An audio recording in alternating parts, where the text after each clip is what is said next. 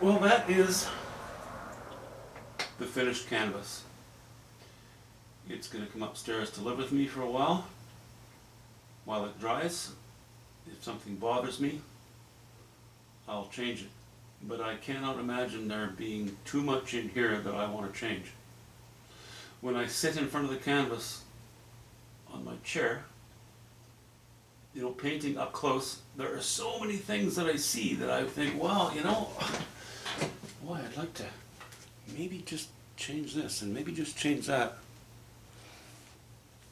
But almost unfailingly, if I become too wrapped up in that thinking process, then when I take a break away from the painting, for a few minutes or for an hour or for a day, and I come back to it, I have made a mistake by overworking the painting.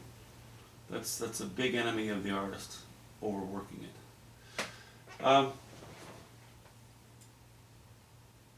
So it's done. I have to give it a signature. I'm going to do that on the lower right hand side. Let's just maybe go through some colors, and then I'll zoom in on it and sort of wander around on the canvas with the camera close up, and you can sort of see some of the brush strokes involved.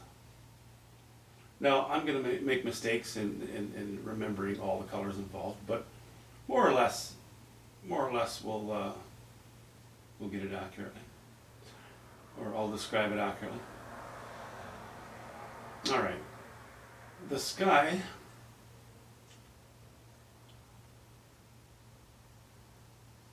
Actually, let's say the sky and the water. Although, I've emphasized some colors more than others in the water, and emphasized other colors in the sky more than, or in the water more than the sky. Did I say that right? Anyway, the ratio of colors in the sky and the water are different, but they are the same palette. So those colors are cobalt blue. Here and there, as far as the blues go, here and there may be a little bit of ultramarine blue, but for the most part, it's cobalt blue as a blue. I've added a little bit of raw umber here and there, where I did not want those blues or purples to be too clean. Yellow ochre, obviously. White, alizarin crimson, and that is it. The white is titanium white, of course. I know I was tempted to use a little bit of cad red medium in places, but I don't think I did that. I think I just stuck with alizarin crimson. Those distant rocks on the far shore, really the most interesting part of the painting. It's not a broad variety of color back there. I've used both cobalt blue and ultramarine blue as my blues, but they've been mixed only in touches with heavier volumes of raw umber and white and yellow ochre. Yellow ochre I have not put in the shadows. I've kept the temperature a little cooler and a little, well, believe it or not, actually slightly bluer in the shadows, and then I've taken away that blue and gone more raw umber and some yellow ochre and titanium white on the light areas.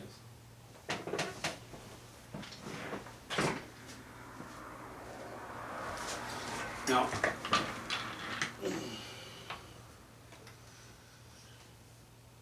trees back here, I know I mentioned it before, but I'll bring it up again. Pretty much entirely cobalt blue, burnt sienna, and white. Okay, those distant trees. The foliage on these trees, the foliage here, and the foliage on the far side on this far shore. Ultramarine blue, yellow ochre, titanium white, burnt sienna. Again, obviously in different quantities.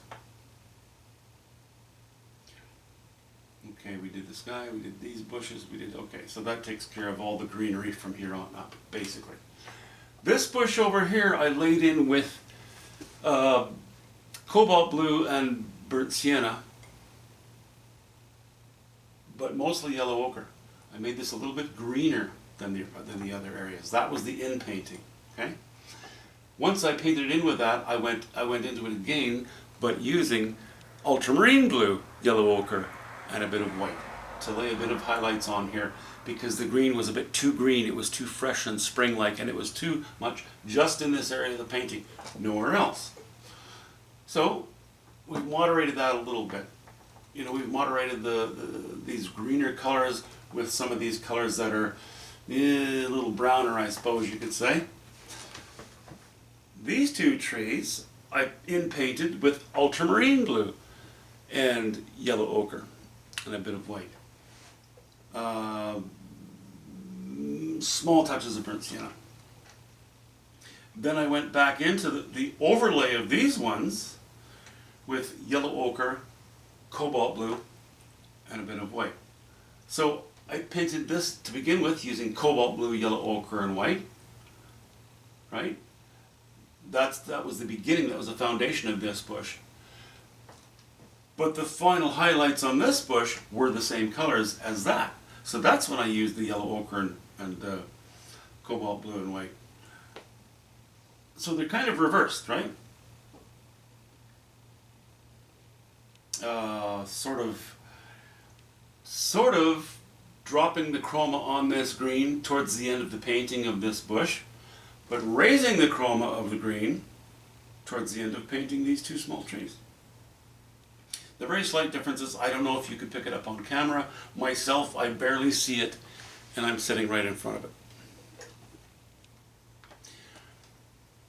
All of the trunks, and I mean the distant ones as well, contain, well, a healthy dose of burnt sienna, titanium white, ultramarine blue.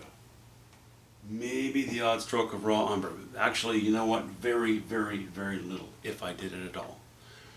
So it's very subtle changes in the combinations, the amounts of each color I put in. But yeah, it's pretty much ultramarine blue, burnt sienna, and white.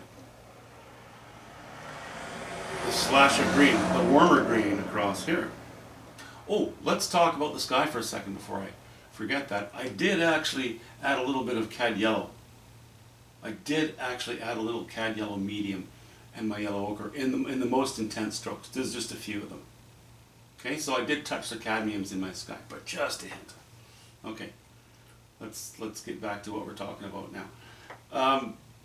It reminded me because these are warm colors and these are warm colors, but this is the only place I used cadmiums. Okay, you were this slash of light, this slash of grass here. Yellow ochre, burnt sienna, and ultramarine blue and white. As you can see, I used much more burnt sienna and yellow ochre to make it almost a very warm brown. And then I just added hints of ultramarine blue here and there, and then some white. Very happy with that too. You know, I think the last video I said, you know, this was all very dark from here on down. And I was thinking about, well, okay, I mentioned I was going to lay some color on this grassy area here, which I did, not color, higher value. Also warmer temperature. Higher temperature on the colors. I've done that. Quite happy with that. Just not a lot of strokes, you know, just enough to indicate that some of this ambient light here is being picked up by the grass where it meets the rock. I'd mentioned that I may put a slice of light here and there on these rocks as well. No, once I painted in the grass, I thought, no, you know, if I were to now also add something to the rock at this, bottom quarter of the painting, at most, I'm putting in more detail, diffusing the strength of the rock, losing its visual intention, its the role that it plays in the painting, and the role that it plays in the painting is punching up, giving strength and solidity to the foreground. So if I were to lay in a bit of light here and there, it would weaken those rocks considerably. So I left it. I'm happy with this now. You know, earlier on I thought that I would add a bunch of light to this trunk, coming right down here and light onto these rocks. That's a very long straight line, and it's also, this being so low in the painting, I decided to leave it mostly a silhouette. So I redesigned things a little bit here, not much as you can see. And just sort of a gentle bit of an airbrush look, I suppose, except for the hard lines here. Titanium white and burnt sienna, just in this area. So we have this soft light coming in from the right, and just touching this here, that's the only spot in the entire foreground where there is something that resembles sunlight. That's because of the temperature of this paint. It's because it's a very warm color. Everything else cools off quite a bit, or goes down in value. I wanted to keep the light up here because I wanted to extend the interest of the sky over here. We have all this warm light over here. Let's just carry it off the painting. I wanted it to the left of center because the focal, what ends up looking like the focal point almost, which is pretty much here now, is pretty much dead center in the painting. So I wanted to keep things a little more interesting to the left, to, what would you say, subliminally pull your eye to the left so that you didn't have this dead center focal area with nothing sort of moving it around. Also working with the water, moving the brighter areas to the left and toning down on the right, that's helped us to sort of pull things to the left, right? Because we have our highest values in the rocks here, right below our highest values, our highest chromas in the sky here. Our greatest drama between dark and light, and our greatest area of vivid interest lays still in this area. So it's kind of pulled everything that way. Here we've just, in general, from here on to the right, we've just kind of calmed things down a little bit. Yes, I've made it more interesting than the first sort of coat of paint that I put on, but not to the point where it competes with this. This is much stronger than this is. Let me just sit back and see if I've forgotten something. I'm actually extremely happy with the painting now. Oh, get the chair out of the way.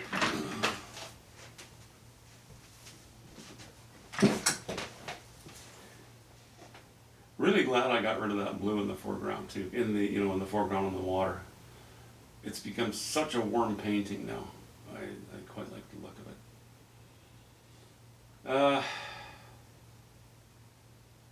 Yeah, there are things I could do, and at the same time, I will hang it, as I said, in the living room and live with it for a bit. And if certain things I could do bother me, I will change them. But I'm actually possibly laying a little dark under here, but it's a bit of an anomaly. I don't mind it. Okay, let's just have a look here. I'm sorry, my voice tends to go back and forth between shouting and mumbling. Not very good at moderating my own voice here. Oops, 1 second.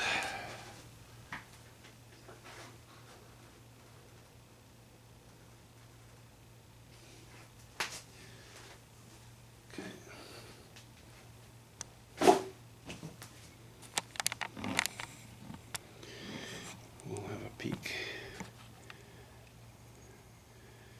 You can see the tops of the trees are very stylized, and they're mid values. They're not really strong, and that's because they are at the very top of the painting.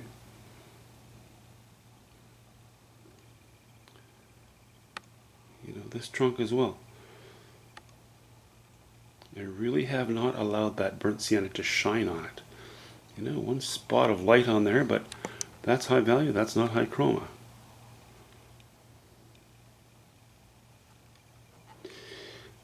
But you get closer, and to the area of more importance, And you can see there's a little more burnt sienna, even in that trunk. It warms up a little bit. Looks a little redder. And then we come to this one, where there's considerably more burnt sienna, right? And then we back off again on the burnt sienna.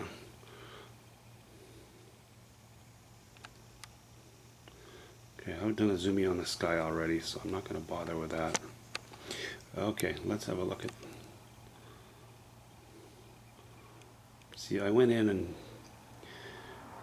those lines will not be as dark once the painting is finished, or once the painting is dry, because, well, as it dries, it sort of lightens up a little bit.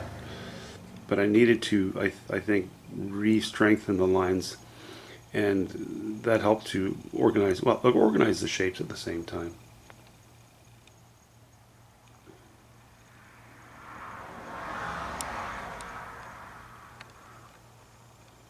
Yeah, I'm glad that stump's got a little bit of color now too.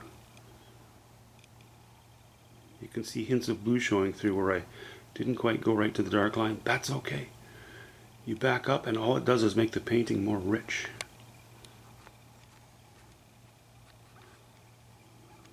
Pretty strong shots of burnt sienna in there. But they're also small. They're small brush strokes. So they need a little bit of aid. They need to be left a little stronger. Organized these two trees a little bit. Not much, just obliterated some of the lines. I just had too many lines. They were a little bit too busy. I think they show, they're sculpted a little better because they have sort of a more of a, some lighter strokes and some darker strokes. That's works for me. And then, yeah, these rocks in the foreground.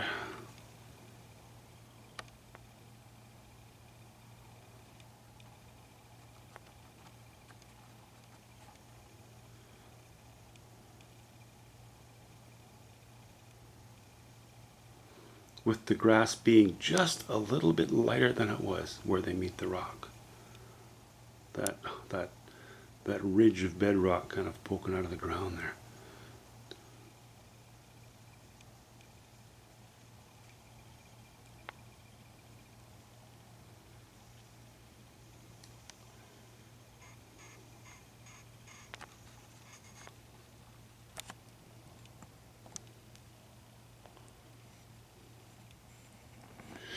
Yeah, I'm pretty happy with that.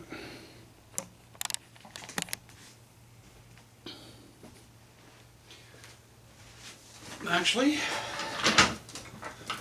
I'm very happy with that. What I'm not quite happy with is the last painting I'm working on. I was working on. I consider it finished, but I have lived with it now for a while, as I always do. It's up in my living room.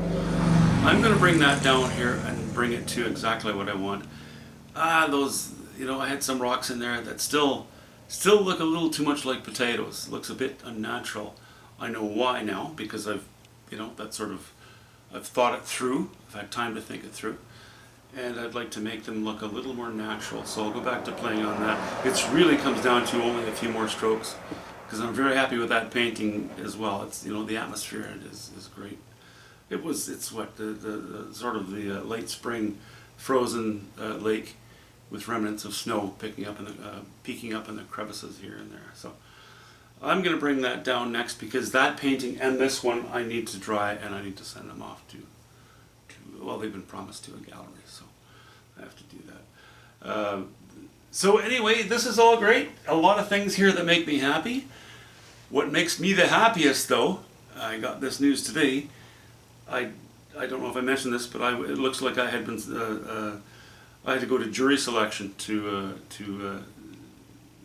do some jury duty. Now I'm for that. There is civic duty. You need to take care of these things. But as it turns out, I'm not sure what happened, but I'm no longer required. I think the case maybe got settled out of court. I'm not sure. Anyway, wow, because that was potentially going to be, estimated, and it always goes longer than estimated. It was going to be a good week of long days sitting in a hot government building. No, I would miss being outside too much. Anyway, super happy that that's not going to fly. I feel free.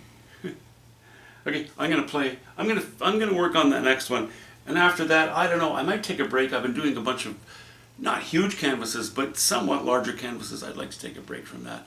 I bought a 16 by 20. I bought several canvases the other day, but I also picked up a 16 by 20. I might do something a little smaller. I might even go and do an 8 by 10 or two. I got some of those kicking around. And a friend and fellow artist of mine has been doing it lately on his channel, and it kind of inspired me to do that. I haven't painted plein air for a long time. His channel is Scott Hebert Art, Hebert, and he does it live in a live stream. And he's done a few lately, and it's just fun to watch somebody else suffer instead of just me. Anyway, no, they're studies. That's the point of them, and they're fun. They're fun to watch, and they're fun to do. See you soon.